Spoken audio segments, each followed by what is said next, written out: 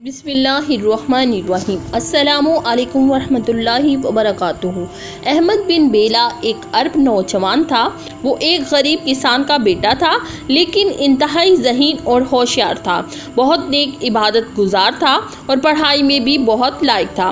اسی وجہ سے اس کو کالج میں داخلہ مل گیا، جس میں امیر خاندان کے لڑکے پڑھتے تھے۔ اللہ تعالیٰ نے دیگر صلاحیتوں کے ساتھ ساتھ احمد بن بیلا میں ایمان کی قوت کوٹ کوٹ کر بھری تھی۔ ایک دن ان کے ایک استاد نے رسول کریم صلی اللہ علیہ وسلم کی شان اقدس میں گستاخی کی۔ اس کلاس میں سارے طلباء مسلمان تھے، لیکن کسی نے استاد کی بات کا نوٹس نہ لیا۔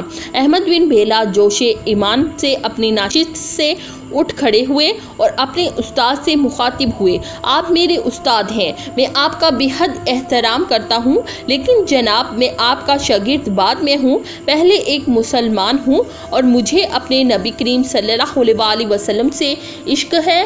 آپ نے میری نبی کی شان میں گستاخی کی ہے، یہ میں برداشت نہیں کر سکتا۔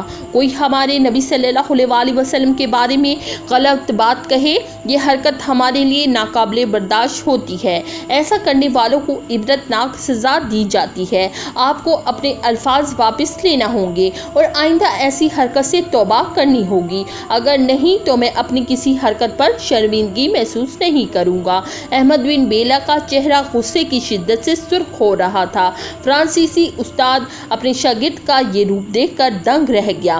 اسے لگا اگر اس نے اپنی حرکت پر معافی نہ مانگی تو اس کا شاگرد کچھ بھی کر گزرے گا، اور وہ ڈر گیا۔ پھر اس نے پوری کلاس کے سامنے معافی مانگ لی۔ میں امید کرتی ہوں میری آج کی یہ شارٹ سی ویڈیو آپ کو پسند آئی ہوگی۔ اسی کے ساتھ دیں اجازت، اللہ حافظ۔